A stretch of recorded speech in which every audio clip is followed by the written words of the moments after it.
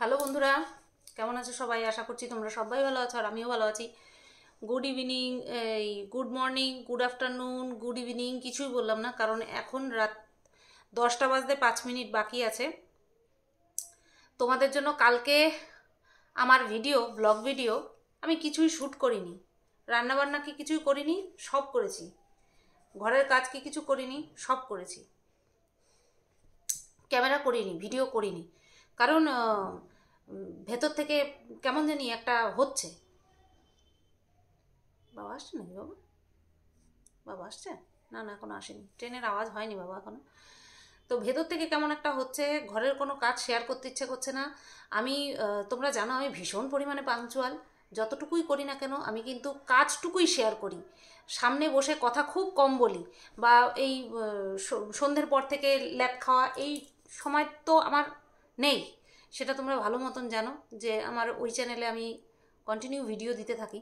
সেই কারণে যে ল্যাথ খাবো, ফ্রি টাইম কাটাবো, অ্যাকচুয়ালি ল্যাথ খাওয়া বলাটা ভুল, ফ্রি টাইম কাটাবো এরকম কিন্তু সময় আমার কাছে নেই যে আমি তোমাদের সঙ্গে সেইগুলো শেয়ার করব।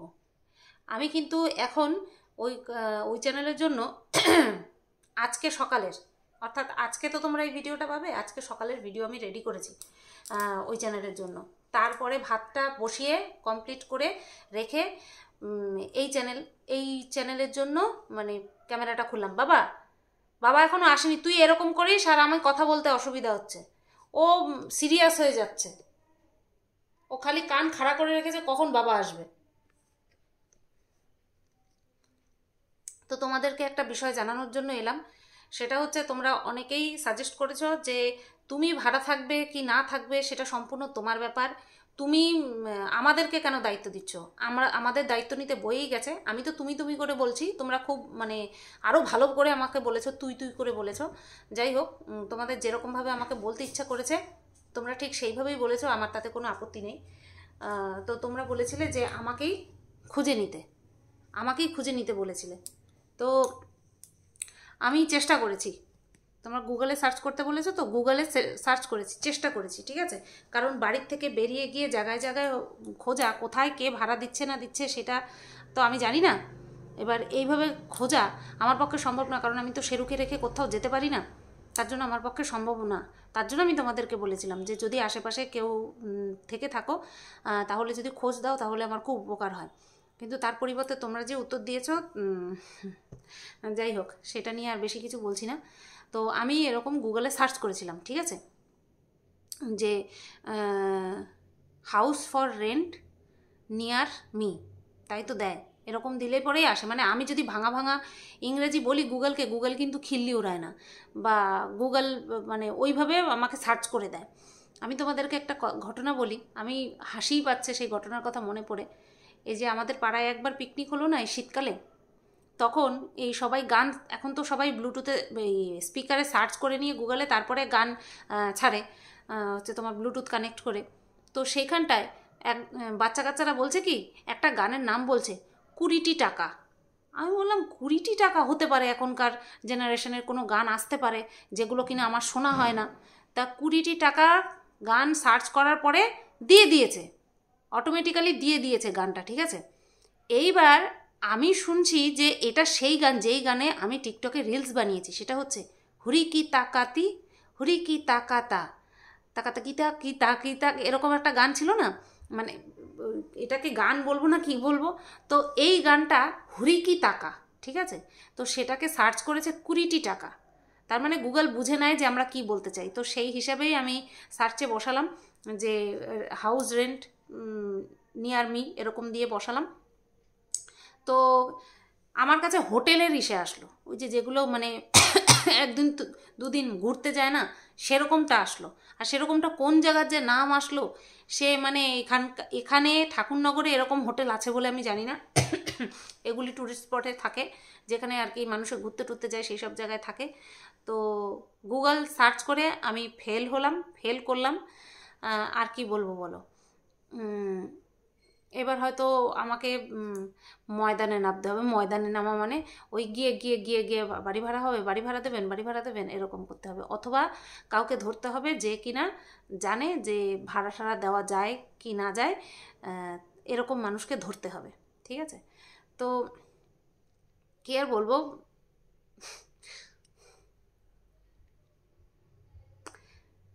তো যাই হোক, এত কিছুর পরে তোমাদেরকে আজকে জানাই শুভ নববর্ষ। শুভ নববর্ষের প্রীতি শুভেচ্ছা ভালোবাসা নিও তোমরা সবাই। তোমাদের এই বাংলা নববর্ষ শুধু এই বছর না, বছর বছর যতদিন তোমরা বাঁচবে ততদিন তোমাদের ভালো কাটুক। আর তোমরা সবাইকে নিয়ে সপরিবারে তোমরা খুব ভালো থাকো, সুখে থাকো, শান্তিতে থাকো। কারণ আসল সুখ পরিবারের মধ্যে পাওয়া যায়। পরিবারের মানুষগুলোর সঙ্গে যদি সখ্যতা বজায় থাকে না, তারা যদি একে অপরকে বুঝতে সক্ষম হয়, একে অপরের সুবিধা অসুবিধাগুলিকে প্রায়োরিটি দেয়, তাহলে সেই পরিবারে দুঃখ কষ্ট ঢোকার চান্স পায় না।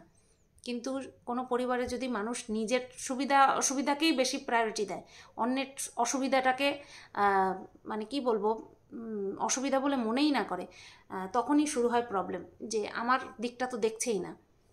তো এটাই বলবো যে শুভ নববর্ষে তোমাদের সবাইকে ভালোবাসা জানাই, ছোটদেরকে ভালোবাসা জানাই, সমবয়সীদেরকেও ভালোবাসা জানাই, শুভেচ্ছা জানাই, আর বড়দের জানাই আমার প্রণাম। সপরিবারে ভালো থেকো, ব্যবসা বাণিজ্যে আয় উন্নতি হোক সবার, ওভারঅল তোমরা সবাই খুব ভালো থেকো, এটাই চাইব। আর কেউ যখন কষ্ট পেয়ে কোনো কথা শেয়ার করে, তার যদি চরিত্রগত কোনো দোষ না থাকে, তাহলে তাকে খিল্লি উড়িও না, যারা যারা তোমরা বলছো নাটক, একবার আমার জায়গাটায় নিজেদেরকে একটুখানি দাঁড় করিয়ে দেখো যে এই মানুষটার পক্ষে এই কথাগুলো যে বলছে, এর পক্ষে নাটক করা সম্ভব কিনা। আমরা যে বলছি এ নাটক করছে, সেটা এর দ্বারা করা আদৌ সম্ভব কিনা, সেটা তোমরা একটুখানি নিজেদেরকে প্রশ্ন করো তো। যে এর সঙ্গে তো এত কিছু হচ্ছে, তাহলে এই যে এটা করছে, এটা নাটক। তারপরে বলো তো, প্রতিহিংসা এক জায়গায়, ঘৃণা এক জায়গায়, কিন্তু বোঝার যে জায়গাটা সেটা তো আলাদা জায়গায়। তোমরা আমাকে ঘৃণা করো, যারা যারা আর কি নেগেটিভ কমেন্ট করেছে তাদের কথা বলছি, তোমরা যারা আমাকে ঘৃণা করো সেটা একদিকে রাখো, কিন্তু সত্যি করে বলো তো, আমি কি সত্যি নাটক করছি? সেই দিন এর মাঝে আমার বাবা মা এসেছিল, লাস্ট ট্রেনে তারা বাড়ি গেছে। সত্যি সত্যি কি এগুলো সবটা নাটক? সেদিন কি হয়েছে না হয়েছে আমি কি তোমাদেরকে কিছু বলেছি, কিছু কি শেয়ার করেছি? বাবা মা বসেছিল, বর বাড়িতে আসবে, ওর সাথে কথা বলবে, তারপরে বাড়ি যাবে। কি কথা হয়েছে না হয়েছে, কি জন্য বাবা মাকে হঠাৎ করে ডেকে পাঠিয়েছিলাম, কি এমন পরিস্থিতি হয়েছিল বাবা মা আসতে বাধ্য হয়েছিল, লাস্ট ট্রেনে যেতে বাধ্য হয়েছিল, কি এমন কথা যেগুলো ফোনে বলা যায়নি, লাস্ট ট্রেনে যেতে বাধ্য হয়েছে, বরের সঙ্গে দেখা করে কথা বলে আধা ঘন্টা মতন কথা বলে তারপরে যেতে হয়েছে। এগুলো সবটাই কি নাটক? যদি নাটক করারই হতো তাহলে তো সেই দিন ক্যামেরা খুলে সবটা দেখাতাম, সবটা শোনাতাম, প্রচুর ভিউজ নিতাম। সবটাই কি নাটক? একটা মানুষ যদি কোনো কিছুতে ভেঙে না পড়ে, যদি হাউ হাউ করে ক্যামেরা খুলে কান্না না করে, আমাকে ছেড়ে দাও, আমাকে বাঁচতে দাও, এরকমটা না বলে, সে যদি স্ট্রংভাবে দাঁড়িয়ে লড়তে থাকে, তার মানে তার মনে কোনো দুঃখ নেই, তার মনে কোনো দুঃখ হতে পারে না, তার সংসারে কোনো অশান্তি হতে পারে না, তার সংসারে তার বরের সাথে, পরিবারের মানুষজনের সাথে মনোমালিন্য হতে পারে না। এটা তোমরা মনে করো শুধুমাত্র আমি স্ট্রং তাই? স্ট্রং মানুষের জানো কষ্টটা কোথায়? জানো স্ট্রং মানুষের কষ্টটা কোথায়? তারা নিজেদেরকে ভাঙতে দেয় না মানুষের সামনে তারা নিজেদেরকে ভাঙতে দেয় না, কিন্তু তারা ভেতরে প্রত্যেক মুহূর্তে ভাঙে, সেটা জাস্ট তারা শো করে না।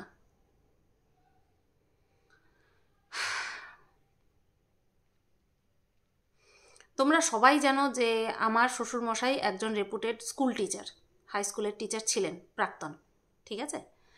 তো তার কতখানি নামডাক থাকতে পারে। আমি সেখানে বলেছি যে আমি এই ফ্যামিলিতে একদম বেমানান। তো সেখানটায় তোমরা বলেছো এতদিনে বুঝলে। একটা মানুষকে যদি বুঝিয়ে দেওয়া হয় তাহলে সে কেন বুঝবে না?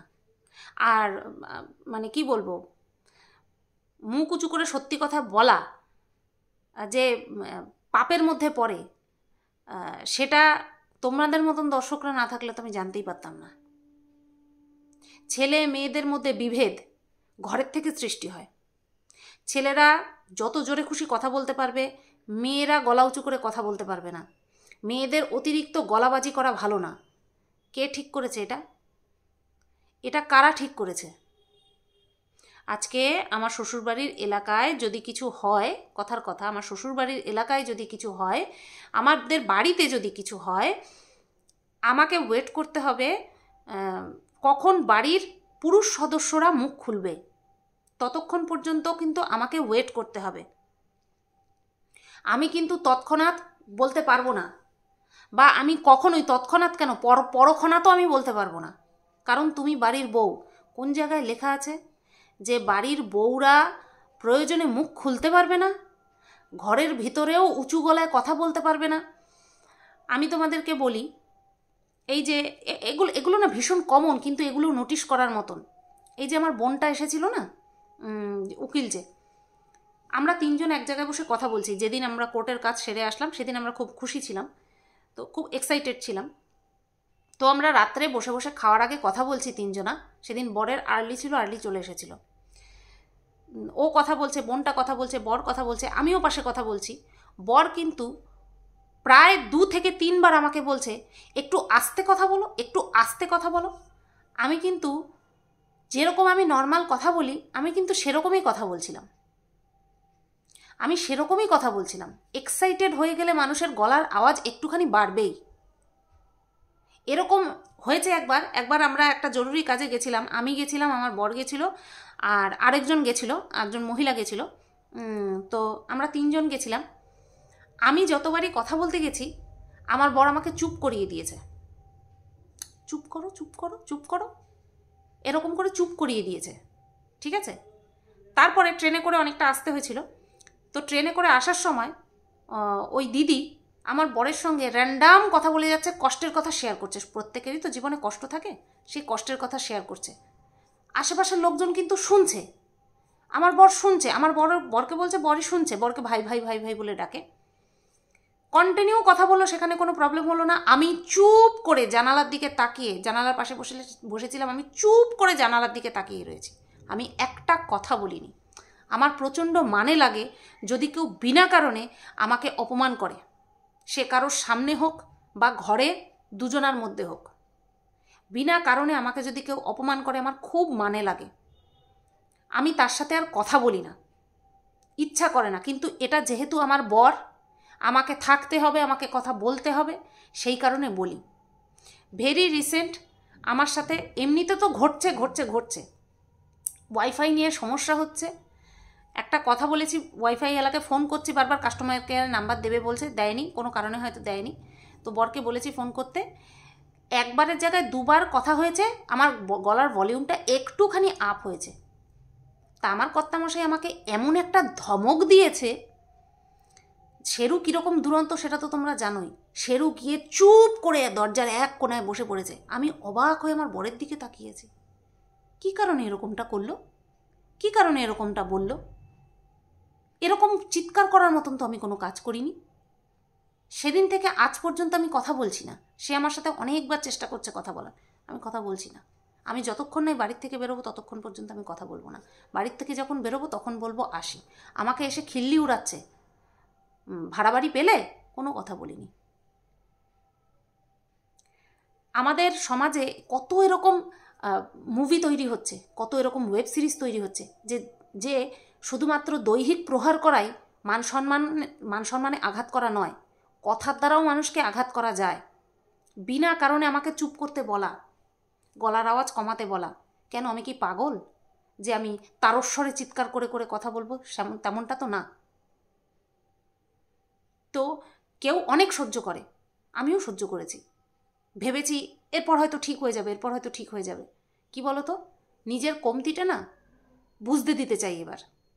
তার জীবনে আমার কোনো ভূমিকা আদৌ আছে কি না, নাকি সে আমাকে ছাড়া দিব্য থাকতে পারবে, সেইটুকু আমিও বুঝতে চাই, সেও বুঝুক। আর সেই জন্যই এই ডিসিশন। এরকম বহু হয়েছে, 1বার 2বার ফোন কেটেছি, 3বার এবার ধরেছি। এবার আর ইচ্ছে করছে না ধরতে, বাই গড, এবার আর ইচ্ছে করছে না ধরতে। আমার এই ভিডিওটা দেখবে, কষ্ট পাবে মনের মধ্যে, ভাববে কথাগুলো পাবলিক করলো। তোমরা জানতে চাচ্ছ না যে নাটক কিনা, এই ধরনের কারণগুলি, এগুলো তো তোমাদেরকে শেয়ার করতে পারছি। এরকম আরও অনেক পারিবারিক বিষয় আছে যেগুলো আমি কোনোদিনও শেয়ার করবো না। যারা ভাবছো যে আমি শ্বশুর শাশুড়িকে বিক্রি করছি, তাহলে তাই। আমি কি বলেছি শ্বশুর আমাকে মেরেছে, শাশুড়ি আমাকে বাড়ির থেকে বের করে দিয়েছে? বলেছি? বলিনি তো। যেগুলো হয়নি সেগুলো কেন বলবো, আর যেগুলো হয়েছে সেগুলো আমি বলবো না, বলতে পারবো না এখানে। ওই যে আমার কর্তামশাইকে আমি ভালোবাসি, আর তাকে কোনোভাবে আমি হার্ট করতে পারবো না, কোনো রকমভাবে হার্ট করতে পারবো না। তাই আমি যখন কোনো কিছু তোমাদেরকে বলি না, ভীষণ পরিমাণে হার্ট হয়ে তারপরে বলি, আর তোমরা খুব ইজিলি বলে দাও যে আমি নাটক করি। তো চলো বেশি কিছু আর বলবো না, ভিডিওটা এখানটাই শেষ করলাম। এবার আমি গুগলে সার্চ করে দেখেছি, আমি ফেল করেছি, আমি পারিনি, হয়তো আমি খুঁজতে পারিনি, ওখানে হোটেল মোটেল কী সব দেখাচ্ছে। তো আমার এবার মাঠেই নামতে হবে। চলো সবাই ভালো থেকো, সুস্থ থেকো। কাজ শেয়ার করতে পারছি না, ইচ্ছেই করছে না। 3 পদ রান্না করেছি, কিন্তু ইচ্ছে করেনি দেখাতে, ঘরের কাজ দেখাতে। আশা করছি কালকে আবার নিজেকে একটুখানি স্টেবল করে দেখানোর চেষ্টা করব। আর জবে বেরোবো, যেহেতু কালকে, অর্থাৎ কালকে তোমরা ভিডিওটা পাবে, তো পয়লা বৈশাখের দিন আমি বাড়ির থেকে কোথাও বেরোবো না। পরের দিন থেকে আমি সার্চ করা শুরু করব যে কোথায় আমার থাকার মতন একটুখানি শেরুকে নিয়ে জায়গা পাই। থাকতে হবে, যেতে হবে, বেরোতে হবে ঘর থেকে। 10 বছর থাকলাম, এবার বেরোতে হবে। টাটা।